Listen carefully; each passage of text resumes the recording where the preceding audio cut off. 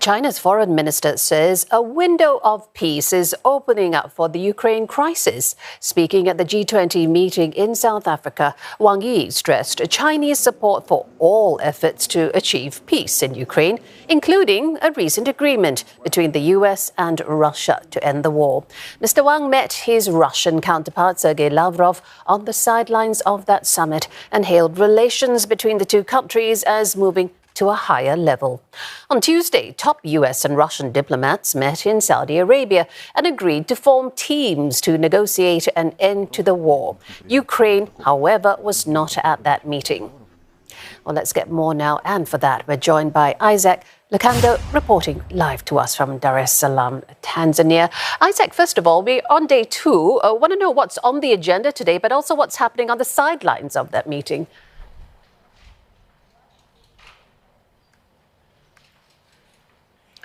Well, according to the schedule that has been shared, there is a continuation of the ministerial meeting of the G20.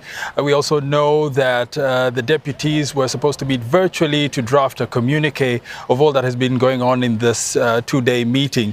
But there has also been a small meeting on culture. It's about one of the many that will happen this year, about 130 working group meetings that are scheduled for this year under the presidency of South Africa at the G20. But as you said, there have been some meetings on the sidelines, rightly so. China and Russia have met, and it seems like things between them have been going well. There have been some agreement, even setting a date for the foreign minister of China going to Russia in the near future to further discussions on how they can cooperate on geopolitics.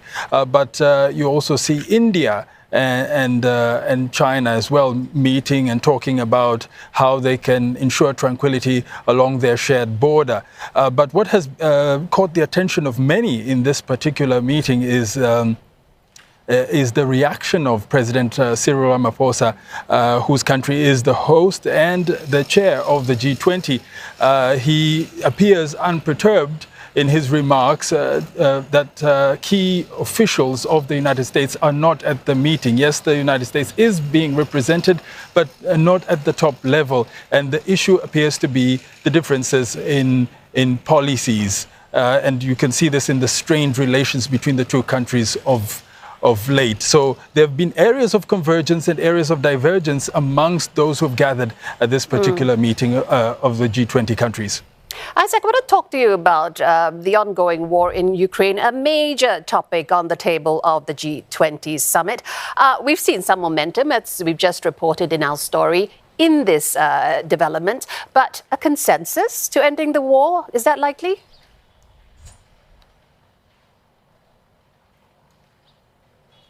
Well, we're not sure about that. That is unclear. And this is stemming from the remarks we're getting. For example, you hear the UK Foreign Secretary saying that he doesn't see, on the part of Russia, a keenness to achieve peace. In his view, he sees it as a very simple process of Russia accepting the fact that peace can be simply achieved by Russia getting out of Ukraine.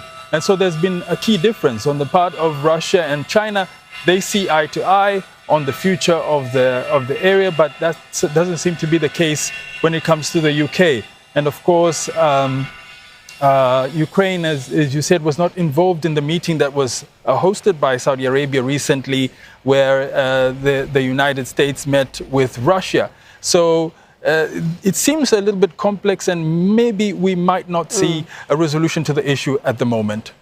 Really appreciate that, Isaac Lukando. Thank you, reporting live there from Dar es Salaam, Tanzania.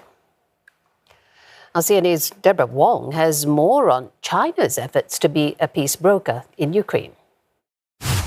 Well, Well, China has maintained neutrality in the war. Foreign Minister Wang Yi most recently addressed members at the G20 foreign ministers meeting on Thursday, saying that China supports all efforts dedicated to peace, including the recent consensus reached between US and Russia. Now, he also said that China is willing to play a constructive role in the crisis resolution. And prior to this, at the Munich Security Conference, Mr. Wang also said it was necessary for all stakeholders in the conflict to be at the table whenever peace talks happen. Now, that includes Europe and Ukraine, which were not included in the recent US and Russia talks. China has not commented on reports that it could set up a peacekeeping force, but analysts say that China could go the direction of promoting peace summits instead, just like how it actually facilitated the unity deal between Palestinian faction leaders last year, as well as a deal between Saudi Arabia and Iran to restore the diplomatic relations back in 2023. Well, an analyst tells us one of the reasons behind Washington's rapprochement with Moscow, it's to weaken ties between China and Russia. Just to put our mindset in terms of the people surrounding Donald Trump, one of their big objectives in rebuilding relations with Russia is to break Russia away from China. And Russia and China's partnership has really deepened over the last few years. It is primarily an economic partnership, and a partnership that's based on Russia being one of the world's largest energy producers, and China, of course, being one of the world's largest energy consumers. So there's a huge amount of intertwining between their economies that I don't necessarily think can be immediately undone just because there's a US-Russia rapprochement. And that, I think, is, again, a reflection of how Donald Trump speaks, which is to present perhaps the grandest outcome, to purposefully use some degree of exaggeration, to set the direction of travel, to make his intentions completely unambiguous, which is certainly the case in how he communicates. But I don't think he would necessarily need them to become enemies to be able to claim some sort of victory in perhaps not allowing that Russia-China partnership to deepen.